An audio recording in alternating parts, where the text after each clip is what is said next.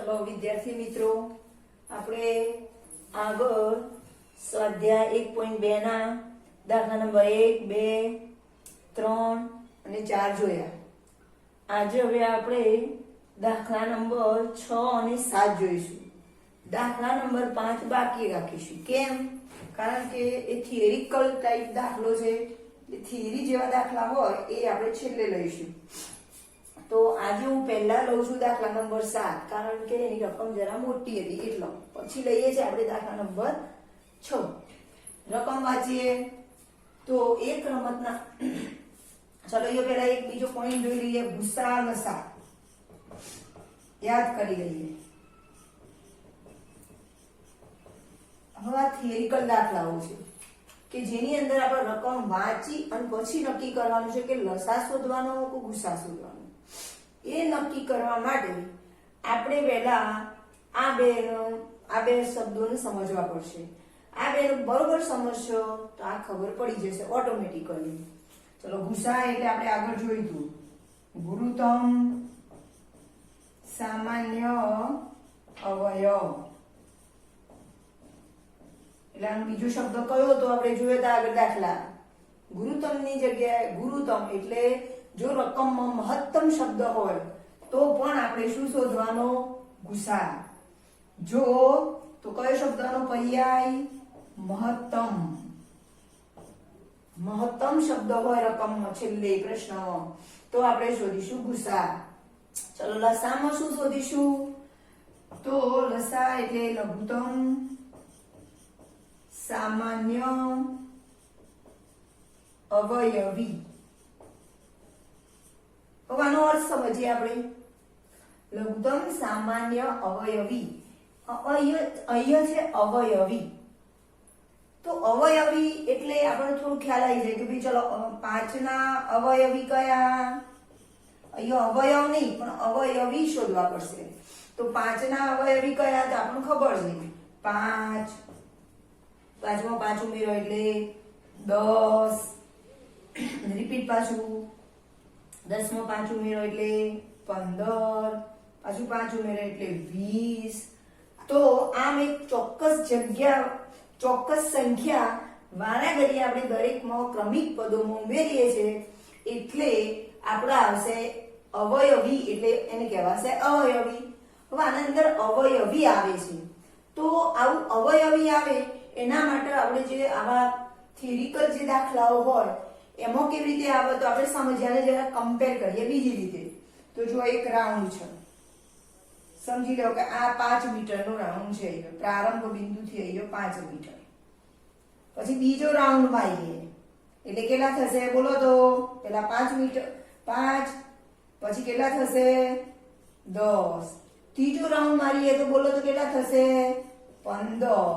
ચોથો રાઉન્ડ મારીએ તો 20। આમ આપણે આવું જ્યારે પરિભ્રમણની વાત આવે આપણને ખબર પડી ગઈ કે પરિભ્રમણ કરવાનું આવે એટલે શું આવશે અવયવી, અને અવયવી આવશે એટલે અવયવી કોની સાથે જોઈન છે લસામાં, તો એનો લસા શોધવાનો આવશે। એક પહેલી આ રીત આવે અને બીજી કઈ રીત તો લઘુત્તમ, જેમ આપણે રકમમાં મહત્તમ હોય તો ગુસા શોધીએ તો એવી રીતે લઘુત્તમની જગ્યાએ શું હોય ઘણી વખત રકમમાં તો ન્યૂનતમ અથવા તો ઓછામાં ઓછા આવા જો શબ્દો હોય તો એવી રકમમાં આપણને ખ્યાલ આવી જશે કે શું શોધવાનું છે લસા। તો આ બે શબ્દોને તમે નોટમાં આ નોંધ કરી લેજો ખાસ।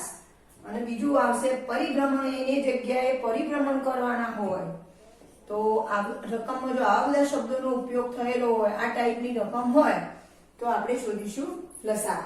જોઈએ હવે આ રકમમાં આ બેમાંથી કોનું સેટિંગ થાય છે અને કોનું શોધવાનું આવશે આપણે ચેક કરીએ સમજીએ। એક રમતના મેદાન વર્તુળાકાર માર્ગ છે તો જુઓ સમજીએ આપણે। આ મેદાનનો વર્તુળાકાર માર્ગ છે।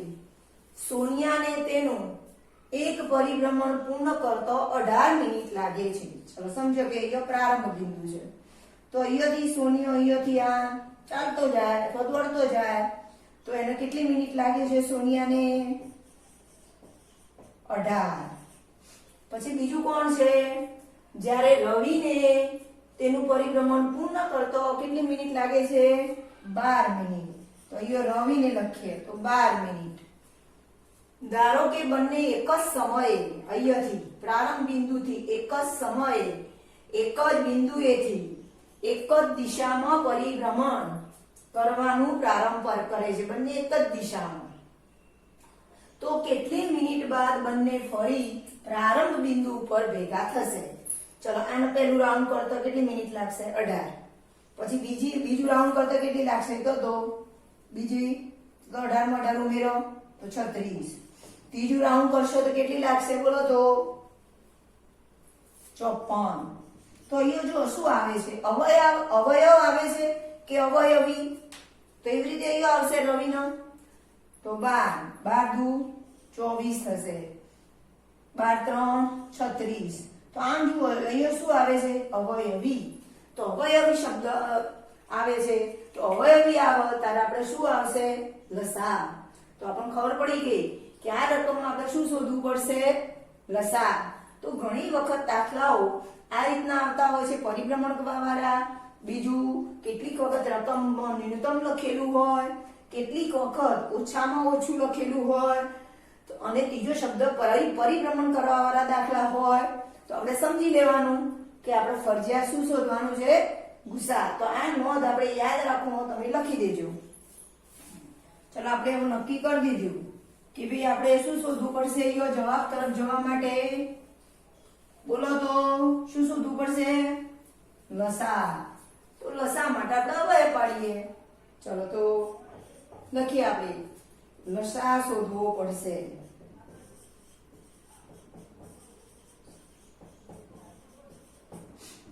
પહેલું 18 મિનિટ એટલે 18 નો લસા. હવે તો તમને આવડે છે મોઢે 2 ગુણ્યા 9 પાછા 9 ના પાડી દો એટલે 9 ના 3 ગુણ્યા 3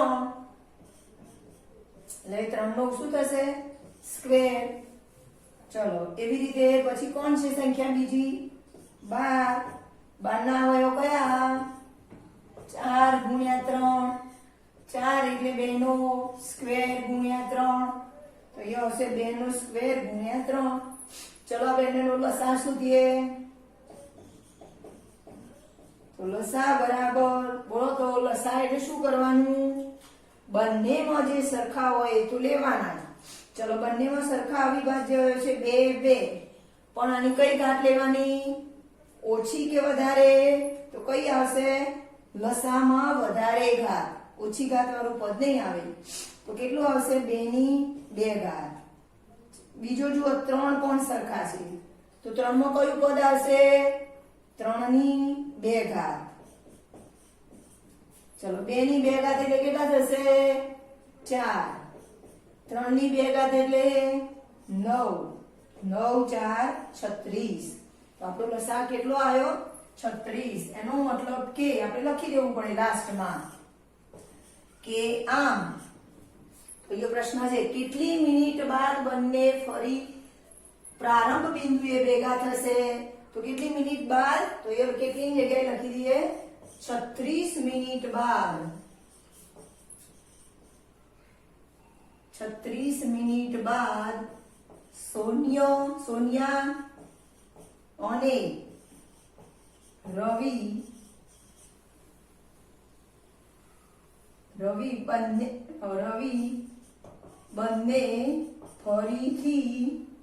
ફરી પ્રારંભિક બિંદુએ ભેગા થશે. ચલો બોલો કેટલો ઈઝી દાખલો છે.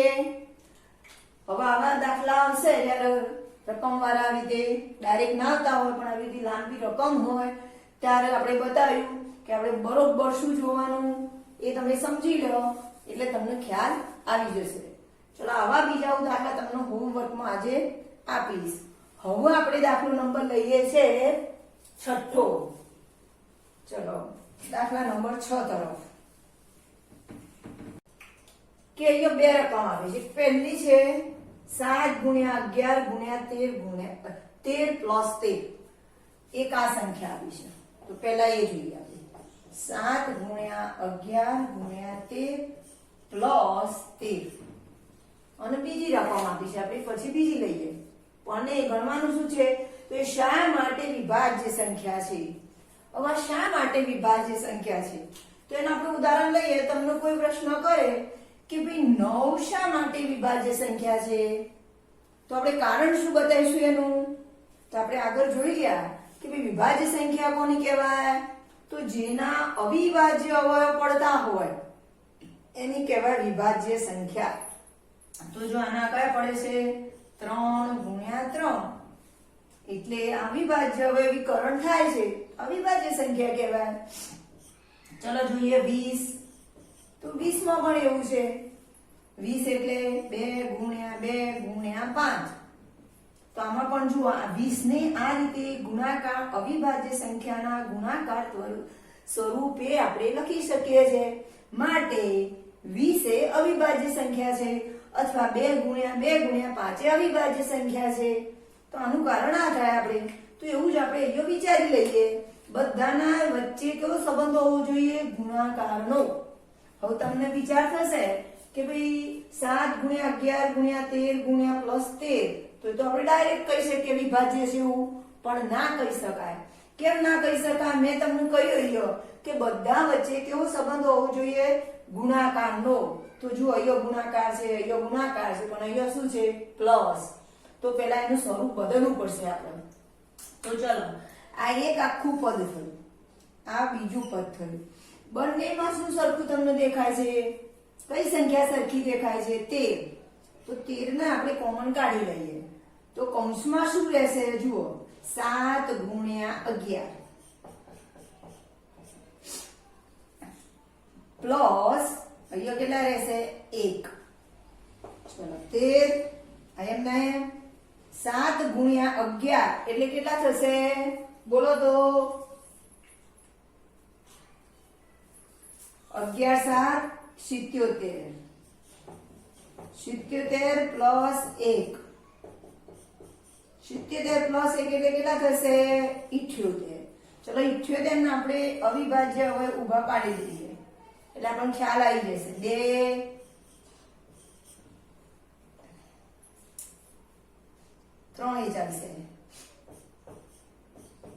તો 78 ની જગ્યાએ કેટલા લખીશું 2 ગુણ્યા 3 ગુણ્યા 13 તો આ 13 તો એમના એમ છે આ બંને વચ્ચે જુઓ ગુણાકારનો સંબંધ છે તો ગુણ્યા 2 ગુણ્યા 3 ગુણ્યા 13 હવે તમે વિચારો આટલી રકમ કયો આપણે ગુણાકાર સ્વરૂપમાં આ રકમને આપણે લખી શકીએ છીએ અને આ બધી સંખ્યાઓ જુઓ અવિભાજ્ય સંખ્યાઓ છે એટલા માટે જે સંખ્યાનું આપણે અવિભાજ્ય અવયવના સ્વરૂપમાં લખી શકાય એ બધી સંખ્યાઓ વિભાજ્ય છે તો માટે આપણે શું લખી શકીએ માટે 7 ગુણ્યા 11 ગુણ્યા 13 પ્લસ 13 એ વિભાજ્ય સંખ્યા છે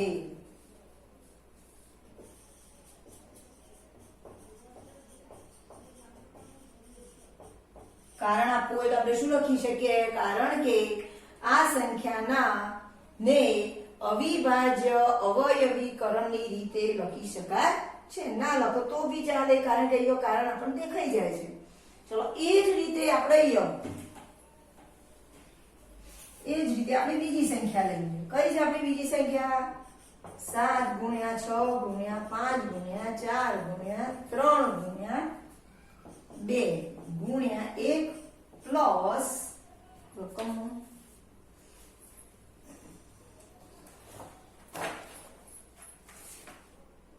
પ્લસ 5 આપણે રહી ગયું રકમમાં પ્લસ 5 તો એ લખે પ્લસ 5 ચલો આમાં પણ એવું જોઈએ જુઓ વિચારો સમજો આ રકમનો બધા વચ્ચે ગુણાકારનો સંબંધ છે પણ અહીંયા પ્લસ 5 છે એટલે આપણે અવિભાજ્ય સંખ્યા કહી શકીશું અવિભાજ્ય અવયવ થશે નહીં આપણે આનો અવિભાજ્ય અવયવનું સ્વરૂપ લાવવું હોય તો અહીંયા આપણે કયો સંબંધ સ્થાપિત કરવો પડશે બધી સંખ્યાઓ વચ્ચે ગુણાકાર જ હોવા જોઈએ તો એ માટે આપણે સાદું રૂપ આપીએ આગળની સંખ્યાની જેમ. જો આ ગુણાકાર વાળું એટલે બધું એક જ પદ કહેવાય અને પ્લસ પછી જે સંખ્યા હોય એ બીજું પદ કહેવાય. તો બંને પદોમાં જો શું સરખું છે તમને દેખાય છે. કઈ સંખ્યા સરખી છે? 5. તો 5 આપણે કોમન કાઢી લઈએ. તો બોલો આમાં શું રહેશે? 5 કોમન કાઢી લઈએ. 7 ગુણ્યા 6 ગુણ્યા 4 ગુણ્યા 3 ગુણ્યા 2 ગુણ્યા 1 પછી પ્લસ આ 5 તો આગળ આવી ગયા એટલે કેટલા મૂકીશું અહીંયા? 1. સાદું રૂપ આપીએ બધાનો ગુણાકાર કરી દઈએ. ગુણાકાર કરીએ આપણે 7 ગુણ્યા 6 ગુણ્યા 4 ગુણ્યા 2 ગુણ્યા 3 ગુણ્યા 1. તો જુઓ કેટલો થશે? 7 6 42. 42 ગુણ્યા કેટલા કરવાના? 4. 4 દુ 8 4 4 16. પાછા એ જવાબ કેટલા વડે ગુણવાના?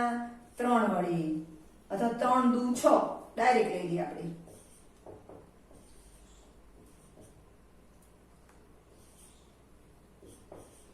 1008 થયા અને એનો ગુણ્યા 1.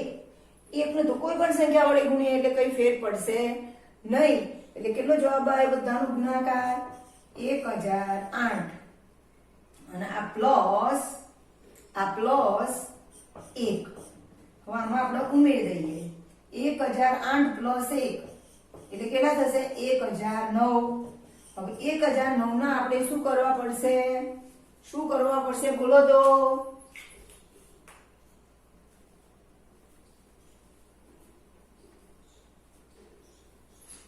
1009 ના આ બંને વચ્ચે આપણે કેવો સંબંધ થયો? ગુણાકારનો સંબંધ. કારણ કે આમાં 7 વડે ભાગીશું તો પણ આવશે નહીં. તો માટે આપણે શું લખી શકીશું? માટે આ બંને વચ્ચે આપણે ગુણાકારનો સંબંધ આવી ગયો એટલા માટે લખીશું કે આખી આ લાંબી સંખ્યા લખી રાખવાની. 7 ગુણ્યા 6 ગુણ્યા 5 ગુણ્યા 4 ગુણ્યા 3 ગુણ્યા 2 ગુણ્યા 1 પ્લસ 5 એ કેવી સંખ્યા થઈ? વિભાજ્ય. શા માટે વિભાજ્ય થાય એનું કારણ બરોબર તમે સમજી ગયા? કેમ થઈ વિભાજ્ય? કેમ લખ્યું આપણે? કારણ કે આ સંખ્યામાં વચ્ચે પ્લસ હતું. પ્લસ હોય એટલે આનો અવિભાજ્ય અવયવીકરણની રીતે અવયવ કહેવાય નહીં.